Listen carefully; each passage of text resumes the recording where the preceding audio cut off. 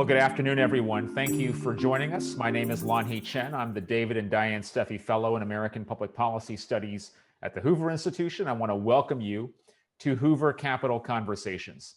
The Hoover Institution is one of the country's preeminent research centers with a mission dedicated to the principles of individual, economic, and political freedom, private enterprise, and limited representative government. This Capital Conversation series is meant to bring together Hoover Fellows like me with our nation's leading policymakers to discuss really significant policy challenges and how we might solve them. Today, I'm really delighted to be joined by Senator Rob Portman of Ohio. For the last 30 years, Senator Portman has been in the middle of some of our biggest public policy challenges, trying to solve them. First as a member of the U.S. House from Ohio, then in the Bush administration as U.S. Trade Rep, and of course, Director of the Office of Management and Budget, and for the last several years as a United States Senator from Ohio, where I didn't realize this, he's introduced more than 240 bills, including 200 bipartisan ones.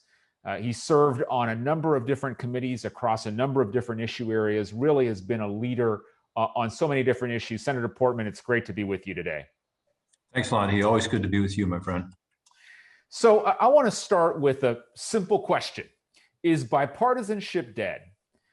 This is something I know you have been such a productive member of the Senate during your time there. It's something you've taken very seriously as you've thought about some of our big public policy challenges. We're not going to be able to solve some of these things in a unipartisan way.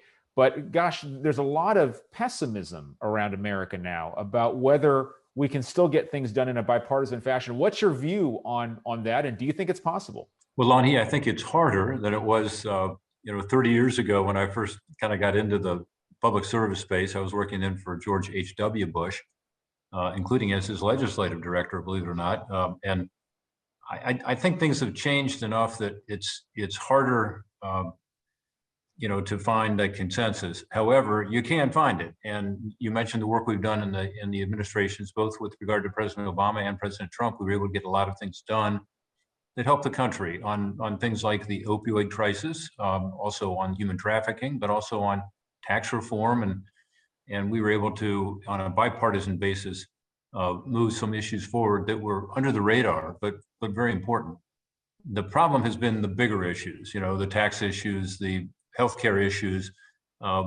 Those have been harder to find bipartisanship on. And I think it's partly a function of our new social media reality, which is people are getting their information from sources that tend to agree with them and maybe hardening their positions on the right or on the left. And there's a little less room left in the middle. In my view, that's one of the challenges, in addition to what we see on cable news and in terms of the media kind of dividing in terms of right or left and not as much down the middle. But there are some of us who, although we have a point of view, and I'm a fiscal conservative, proud of that, and a Republican and proud of that, we do try to find that common ground, because that's ultimately what we're asked to do as members of Congress. We're in the middle of that right now with regard to infrastructure. I just got off the phone with the White House. We're trying to come up with a way to put together an infrastructure package that makes sense for our country. And it won't be perfect on either side, but it is one where I think there is a possibility of a bipartisan breakthrough. So far, we haven't seen that, even though candidate Biden campaigned as someone who wanted to reach across the aisle and even said so in his inaugural address. Frankly, he has not been willing to do that until now. I hope that will change with infrastructure. Well, I hope you're right. One of the things that I observed is when we were going through this debate over the so-called COVID relief package a few months ago, shortly after President Biden took office, you and several other Republicans, I thought, made a very good faith effort to put forward a middle ground that could be followed, that could still deliver the kind of both relief as well as targeted kinds of things on addressing the COVID challenge that our country needed. That effort got rebuffed, unfortunately. So what about this current debate do you think could be different on infrastructure? What are some of the ways forward as you think about working with the Biden White House and with Democrats in the Senate and the House to get something done on a bipartisan basis? Where do you see the areas of agreement potentially being? Well, I think it's different in a couple of respects. One is that the COVID-19 package was the first initiative from the Biden administration. And some of my Democratic colleagues who normally would have been working with us said they were very hesitant not to give the president a victory on his first package. Second, COVID was anything on COVID-19 at the time was very popular, and they knew that. And so, in effect, they felt they were taking no, political risk by ignoring Republican views and just moving ahead without us. But there were 10 of us on the Republican side and 10 of us on the Democratic side who put together a COVID-19 package at the end of last year. You may remember that. That was the $900 billion package, which seemed like a lot of money. And then when President Biden was elected, he came in with another 1.9 trillion on top of that before the 900 billion had even been spent.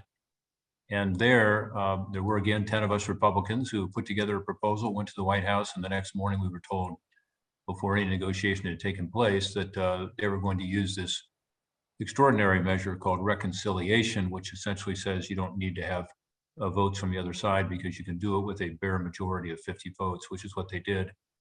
It was too bad because it enabled us to get off on the wrong foot rather than the right foot in terms of bipartisanship, but also a lot of bad policy was passed, and we're seeing the effects of a lot of that now. The higher inflation, you're seeing that. I love your economic folks at Hoover, and many of them don't agree with Larry Summers about much, who's an economic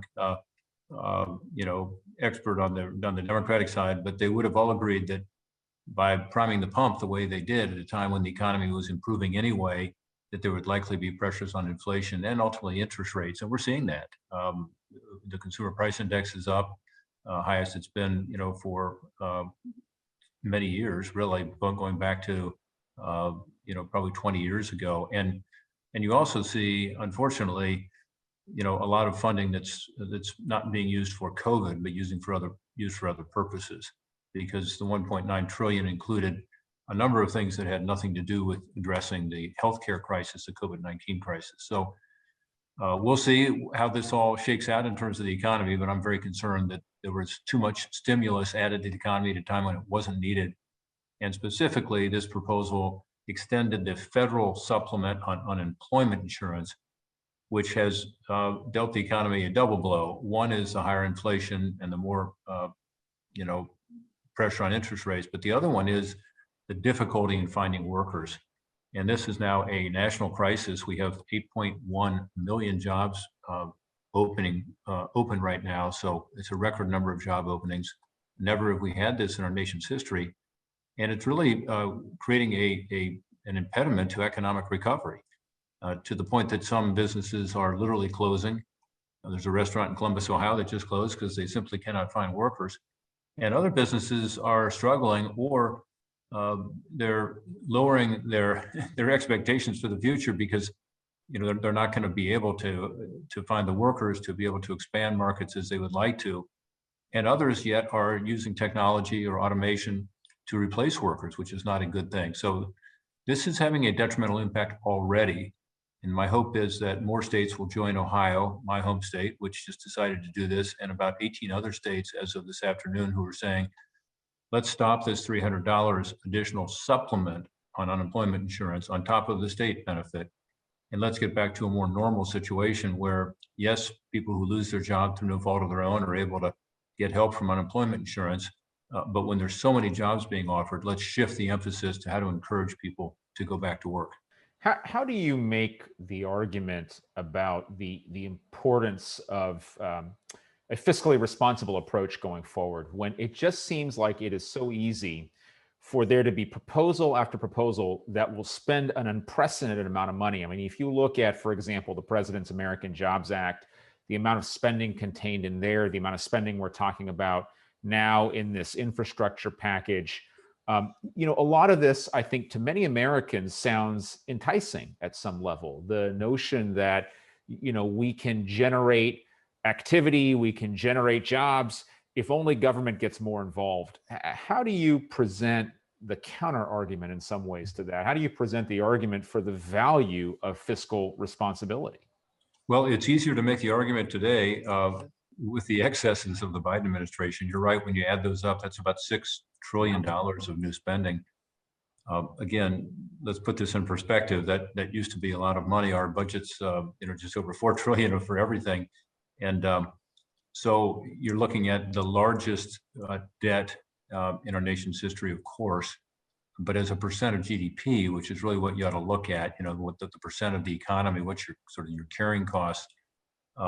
It's also the largest ever, with the possible exception of 1 year after World War II, when of course we didn't have the overhang of the major mandatory spending programs like Medicare, Medicaid, Social Security. So it's an entirely different phenomenon. Our fiscal house has never been in this much trouble. And the question is, what's going to happen in terms of, you mentioned interest rates and inflation, but also just the possibility of a financial crisis. So it's getting to that point where we really need to be concerned about it. And the deficit, of course, year to year is also at record levels. Last year at record levels. This year will be close to it, depending on how much of this agenda of the $6 trillion is actually passed into law. It's also, though, so it's easy to make the arguments because it's such an excessive amount of spending that we really have never dealt with in this country. On the other side of that is that among the public, there seems to be less concern about deficits, which is what you're alluding to when you talked about it's easier just to spend because people are looking for help on infrastructure or on COVID or with regard to the American Family Plan, with regard to tax relief, and yet not concerned as much about the cost. So we have to make a better argument as Republicans, frankly, about the dangers of overspending and not sticking to a budget. Ultimately, most Americans do believe that a balanced budget makes sense. They do it in their families, the places where they live, their cities and their states, their counties have to do it. So that's one thing to go back to, is to say we should not spend more than we take in. And I think even though we have historically in Washington not done that, in other words, we have spent more than we take in because we've had perennial chronic deficits, but not at this level. So I think we need to get back to that message. It's a very basic message, and say at a minimum, let's stop spending so much so that we can have a better future for our kids and grandkids who otherwise are left holding the bag. And the consequences will be, as I said earlier, the dollar losing value, the inflation, the interest rates being higher, and just less opportunity for coming generations. You very rightly note we haven't even really had a conversation about some of these large mandatory spending programs. Social Security, Medicare, Medicaid, which has undergone a massive expansion since the Affordable Care Act was passed in 2010. Is there any prospect for any kind of conversation? I don't even mean a reform conversation, just a conversation about broaching the reform conversation when it comes to Medicare or Social Security in particular. Well, I hope so. We've got a bill that I'm a co-sponsor of that Governor, now Senator Mitt Romney, put forward, and it's bipartisan. There are 4 or 5 Democrats and 4 or 5 Republicans, and it's called the Trust Act, and it's just about looking at the trust funds of these various programs. You mentioned Medicare as an example.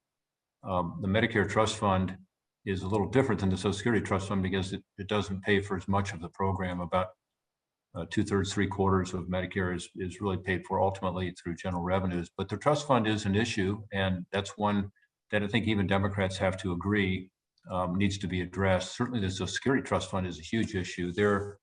We're expecting it will be depleted by the year 2034. I think maybe even sooner given the more recent economic news.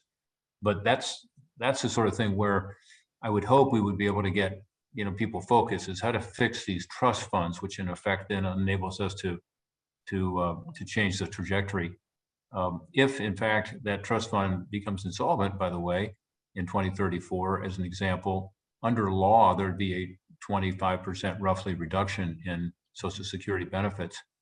Now, no one wants that to happen, and frankly, no one probably thinks it will happen, but it forces a decision to have to change that law and come up with better ways to deal with Social Security. Right now, you have a lot of people who are near or at retirement who would have strong views on this. So you probably have to say this has to do with future retirees.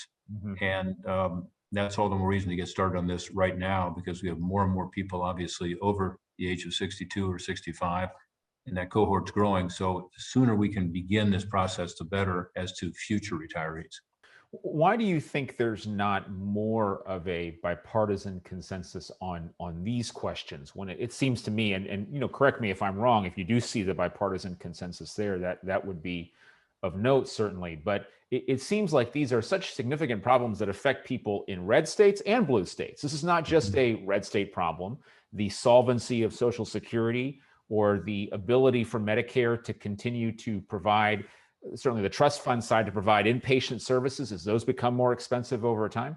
Why are we not seeing more of a bipartisan willingness to address some of these questions specifically?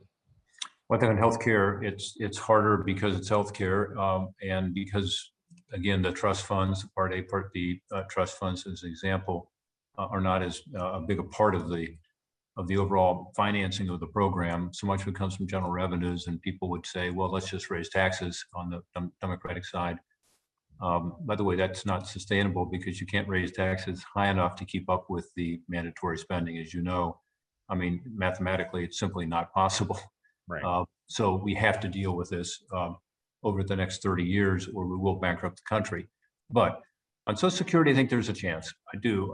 Maybe I'm being too optimistic, but I do think there's a chance because, again, you have this looming insolvency, as you had, remember back in 1983, the last time there was really any major reform of entitlement programs was when Ronald Reagan and Tip O'Neill being Speaker of the House, Democrat, Ronald Reagan, Republican president, got together and said, let's take the politics out of this and figure out how to work this forward. And at that time, they did raise taxes because payroll taxes went up, which Democrats would insist upon.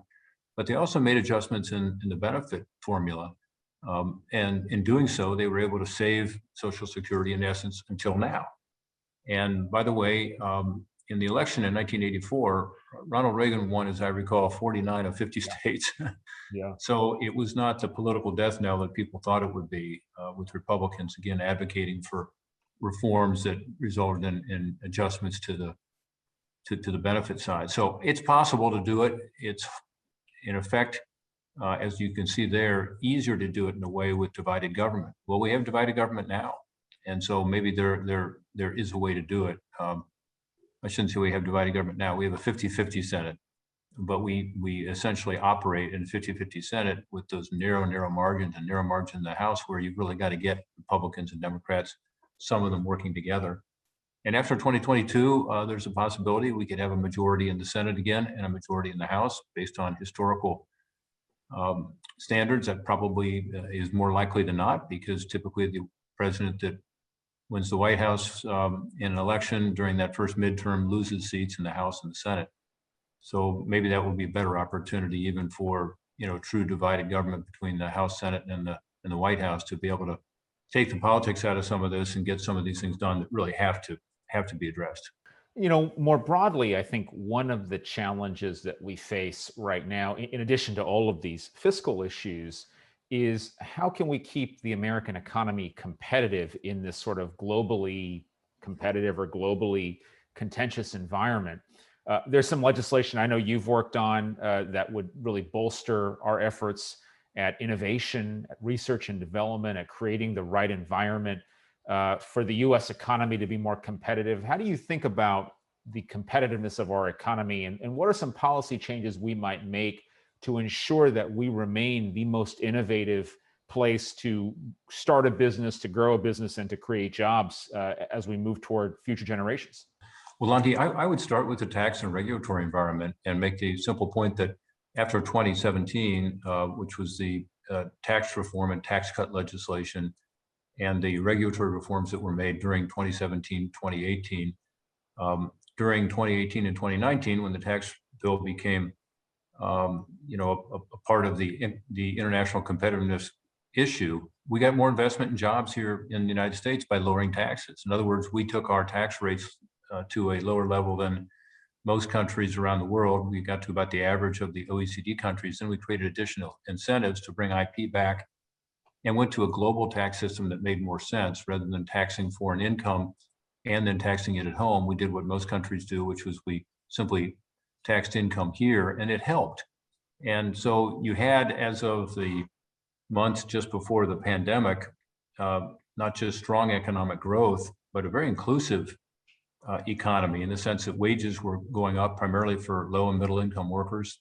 As of February of last year, we had 19 straight months of wage increases of 3% or more. Think about that. We had the lowest poverty rate in the history of the country going back to the 1950s when we started keeping track of it. And as you know, low unemployment rates, particularly historic lows for Blacks, Hispanics, Asian Americans, and for overall, it was about a 50-year low. So there was a lot of good being done. One of the things that I found particularly helpful about the tax reforms was that it stopped the inversions. We literally had companies becoming foreign companies in order to get out from under our tax code. So I would start there, but then I would also say to your question, we've got to do more. We've got to create an incentive for R&D being done here. And we have to be cognizant of the fact that other countries, particularly countries in Asia, are spending a lot of money on developing innovations themselves. As an example, 5G or artificial intelligence, or more recently, the semiconductor industry. So we do have to create that incentive through tax relief and through regulatory relief to bring more innovation to our shores, but probably have to be even more focused on the supply chain issues and how to ensure that we're bringing back semiconductor production, that we're encouraging AI production here through some basic science supported by the government and by the taxpayer. And I'm not averse to that. That's a lot of what's being talked about right now in this new legislation called Endless Frontiers. And we'll see how that all works out. I've been very insistent that if we put more taxpayer money into the R&D side and specifically into some of these new technologies, that we ensure that that technology isn't then taken in effect by China and other countries, which has happened for the past couple of decades. We have helped fuel China's rise in their military and their economy, in part by not reacting as we should have to programs like their 1,000 Talents Plan, where they actually bring Chinese money to bear to buy research and to get researchers to take their best technology, their best innovations to China. And, you know, we've had a number of arrests in the past 4 or 5 months of researchers who were part of these programs who did not tell the truth on their government forms when they got government funding from the taxpayer, and instead they were sharing this research with China. So we got to shut that down as we bring more money in the front door, be sure that the money is not funding research that then goes out the back door to China and other countries. So I think there's a combination of things here that need to be done, but part of it certainly is to increase our competitiveness through encouraging more research and development here, and then being sure that research and development isn't taken overseas. We're going to take some questions now from the audience, and one of the first questions actually relates to this topic of China. And Denise is curious about where you put the chances of a comprehensive bipartisan bill to address some of these challenges that China creates. Some of them are economic, as you've noted. Some of them are sort of historic economic predation. Some of them relate to geopolitical or military concerns. Some relate to human rights issues. Where do you see the likelihood of there being activity on any of these dimensions? Yeah, I think this is an example, as we talked about earlier, where there's a possibility for bipartisanship. We'll see.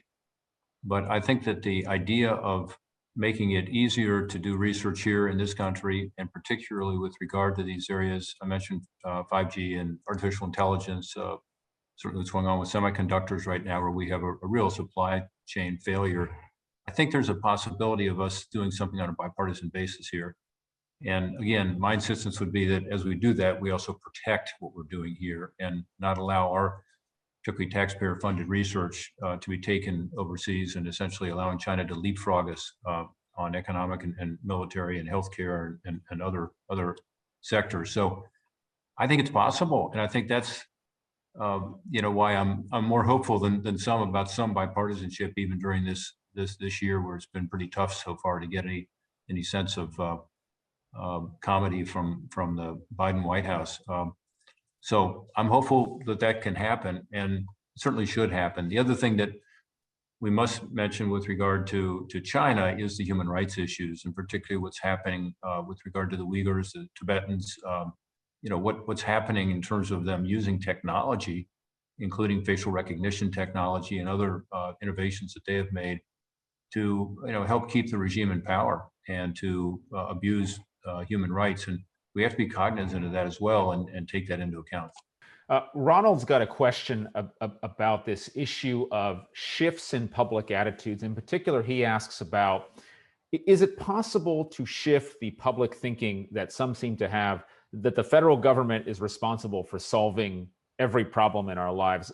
Maybe I'll reframe this a little bit to say, and it goes back to this role of government, fiscal responsibility question.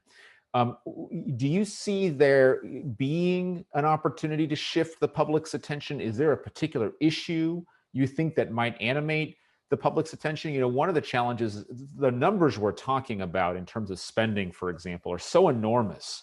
It's hard for folks to conceptualize what that means. It's hard for, I don't even, $6 trillion is a meaningless number. It's so big at some level. Yeah. How do we have this conversation in a really concrete way to shift opinions on these things? Yeah, $6,000 billion. I love the analogies. You stack the bills up, you get to Mars. So it's hard to explain it to people because the numbers are so large and it seems so abstract, but it does affect us in our daily lives. I think it's a great question, and I think it's a fundamental one that Hoover has been so good at trying to answer over the years. And one reason I love the Hoover economists I work with is that it's not just about a specific economic issue. It's about a decision by America to continue to be a land where people have the opportunity to be able to help themselves and therefore to meet their American dream. And that is not about government. That's about self-initiative. It's about creating an environment for success where you reward entrepreneurship and risk-taking, and that's ultimately what's created the greatest economy on the face of the earth, and what so many other countries in the world are looking to try to emulate. And here we are, seemingly in the last several months, shifting the other way, going to a more of a socialist sort of orientation, where the government does step in and take care of your needs from cradle to grave. And that certainly has not been what's made us this beacon of hope and opportunity for the rest of the world. So that's the bigger question. In terms of something that might be helpful short term, I will just say, if you walk down your Main Street, wherever you are today, look at the help wanted signs and forget the 8 million jobs that are open right now, which is historically high, never been this high in our history. Talk to your local store owner, talk to your local restaurant, talk to your local manufacturer, where there are 720,000 manufacturing jobs being offered right now, and ask them, how's it going? And they will say, probably, I'm worried about inflation because my raw product or my prices are going up from everything I'm buying. But then they will also say, I just can't find workers, even with offering higher wages and offering benefits for people as bonuses to be able to come on board. They just can't get workers. And this is an example where what Democrats have said is, let's do something extraordinary during COVID. And it was understandable at that time. People had lost their jobs through no fault of their own. Let's dial back a year from now as an example. But that's not the case today. That's not the case at all. Not only are businesses reopening, but they're reopening safely.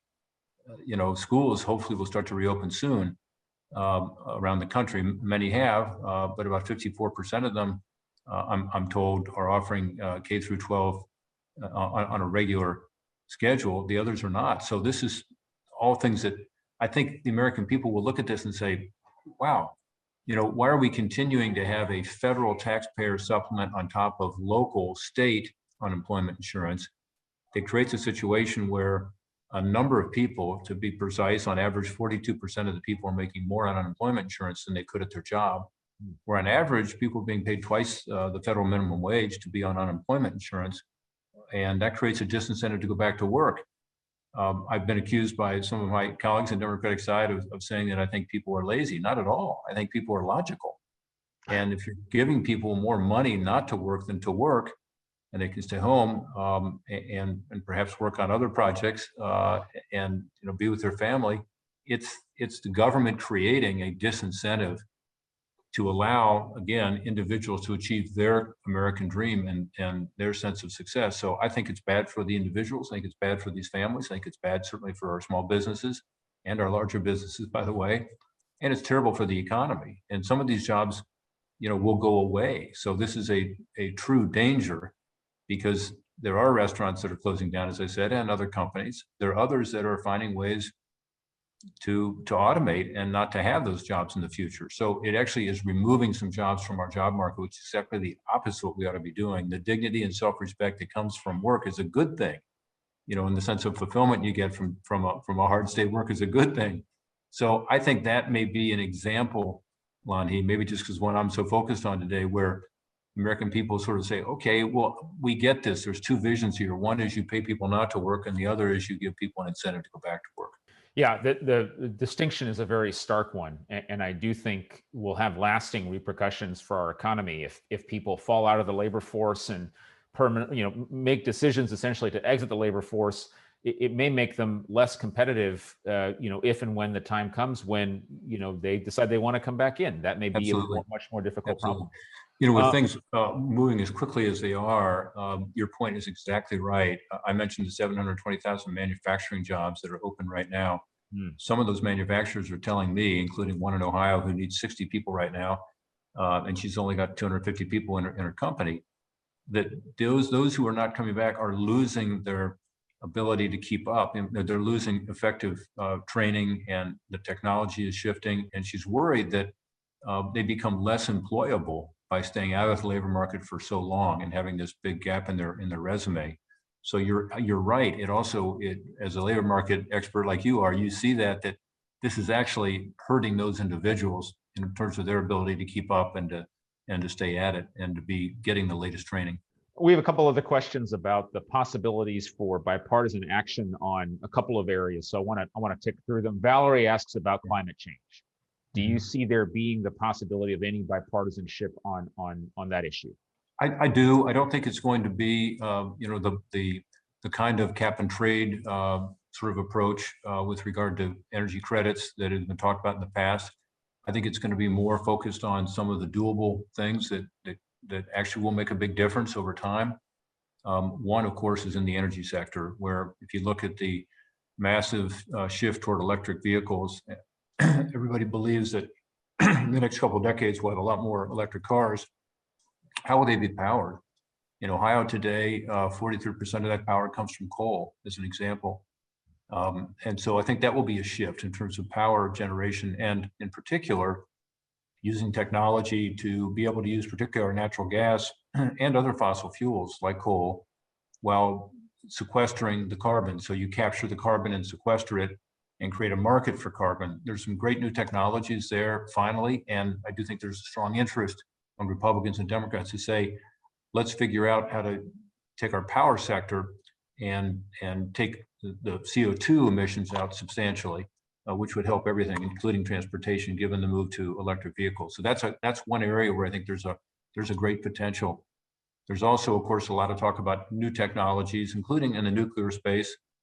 Bill Gates spoke to our climate caucus last week. I'm in the Senate Climate Caucus working with my colleagues on some of these ideas. And as you know, he and others have new technologies they're promoting with regard to nuclear power, which are actually, quite promising, which is zero emissions. Hydropower, there's a new agreement that's been reached between environmentalists and some of the hydropower producers. There's a lot more potential for hydropower in our country. Some of the countries in the world that have made the greatest progress on CO2 emissions or have the lowest CO2 emissions rely on hydropower. And of the thousands and thousands of dams in almost every state, some of them are actually, able to be converted into power generating stations in effect. And the Ohio River is an example of that in my home state of Ohio. So that's an example. Energy efficiency. I'm, along with Gene Shaheen, the author of the energy efficiency bill. We've been trying to get past it for a while now. We've gotten some of it out and into law, but there's much more to do to make our factories, our homes, our federal government far more energy efficient. And the savings are tremendous with regard to buildings in particular, which is where about 40% of energy is used. So these are all examples. And my view is all of these can be done without a big disruption to the economy, which is what many of the Democrats are proposing through the Green New Deal, is huge disruptions to the way our economy works. And not allowing people to use the energy we have here, in America, in the ground, and instead, asking people to pay a lot more for energy. I think there's ways to avoid that by some of these new technologies. One final one I've got to throw in here is that probably the fourth biggest source of CO2 is the burning of forests. And I think this is one where Republicans and Democrats can come together, and we have over time. As an example, in the Bush administration, the first Bush administration, there was a decision to try these debt for nature swaps. And we took that in Congress and wrote a bill called the Tropical Forest Conservation Act, which has saved, something like 86 million acres of tropical forest from being exploited, developed, burned, by doing these debt for nature swaps, where you relieve that country's debt to the United States. Usually it's USAID debt, sometimes agriculture debt, which is unlikely to be paid back anyway in many cases. Their balance sheet gets better. From a fiscal point of view, it helps the country, but it also protects these forests from being burned, and therefore, as I said, probably the fourth biggest source of CO2 emissions. Now, there's still countries like Brazil and the Congo where there's more work to be done there, but this has been a very successful program without losing a single American job and without costing the taxpayers hardly anything. So there's ways to be creative about this, and my hope is that on a bipartisan basis we can make a lot of progress on those sorts of things I talked about today, and maybe not focus so much on the one big thing that would cause such disruption to the economy. What about the issue of police reform and questions that have come up in light of George Floyd's murder, as well as some of the other incidents we've seen over these last many months, and indeed extending beyond that? Do you see any prospect for bipartisanship on that issue? I feel better about it today than I would have several months ago. You recall last year we had a bill that my colleague Tim Scott from South Carolina had proposed on police modernization, and it was such a partisan time that Democrats wouldn't even allow it to come up to a vote. So they blocked it from being considered. And it's too bad, because had we gone into that debate, we would have had amendments offered. We could have worked through them. I think we could have come out with a proposal that was widely supported. It wouldn't be perfect for the right or the left, but it would have helped with regard to the issue of modernization of police practices and things like funding body cameras, things like better training, all the things that I think we can find some consensus on. Right now, I think we're closer to that than we were then. There seems to be a genuine interest on the right and the left to trying to come up with something. And perhaps the anniversary of George Floyd of the George Floyd tragic killing will generate even more interest in it, and that happens in the next week here. So we'll see. I mean, there are some liability issues that stand in the way right now. The question is, where should the liability go? I'm very concerned about the attrition and also the recruitment challenges that law enforcement has these days already. The law enforcement's under a lot of pressure, so we have to be careful in how this is done. But I think we can get to something that makes sense and that creates more standardization around the country and more help for the vast majority of law enforcement officials who do want to see improvements and reforms. Not all, but I think the vast majority do. And legislation could actually be helpful to them in terms of best practices. So this is one I'm actually more optimistic on today than I would have been several months ago. We have just a couple minutes left, so I want to close with a question for you. You've announced that you won't be seeking re-election to the Senate next year. You've got a healthy amount of time here left to get some really important things done. But when you look back upon your departure, what are you going to miss the most about being in the Senate, about being a part of the legislative branch as you've been for the last extensive period of time here? Yeah. Well, first of all, Lanhee, it's been great to work with you and your colleagues at Hoover. And you and I have had also a campaign experience together when you were the policy director for then Governor Romney, now Senator Romney. And look, I love policy. I love getting things done. I am frustrated, frankly, that we aren't doing more bipartisanship now. And I see that, again, as I said earlier, over the 30 years I've been an observer here, either as a elected official myself or in one of 4 administrations. I worked in, as I said, the first Bush and second Bush administration as director of legislative affairs. in the first Bush administration, second Bush administration, and 2 cabinet level jobs. And I've seen it change. So it's harder. And for me, that's why I'm here. So it makes it harder to make the sacrifices to my family and not to be home as much. But what will I miss the most? For me, it's interaction with constituents. This has been a tough year for that with COVID. We haven't been able to have the larger gatherings that we would want to have, or sometimes any gatherings at all. And because it's great to get the input from people and then try to take that input and translate it into good policy and work on a bipartisan basis to get that done. So that's what's excited me about the job. I hope to continue to play a role just as you are right now. And you have been, by being involved on the outside, providing advice through a commission or through, other public policy avenues, because I've got a passion for it, but I'm also really looking forward to being with my family and our little family business more, and being able to have a more normal life. So thank you for you and Hoover for the help you've given me over the years. It's been a great relationship, and you guys have given me a lot of good ideas, some of which are now part of the law of the land.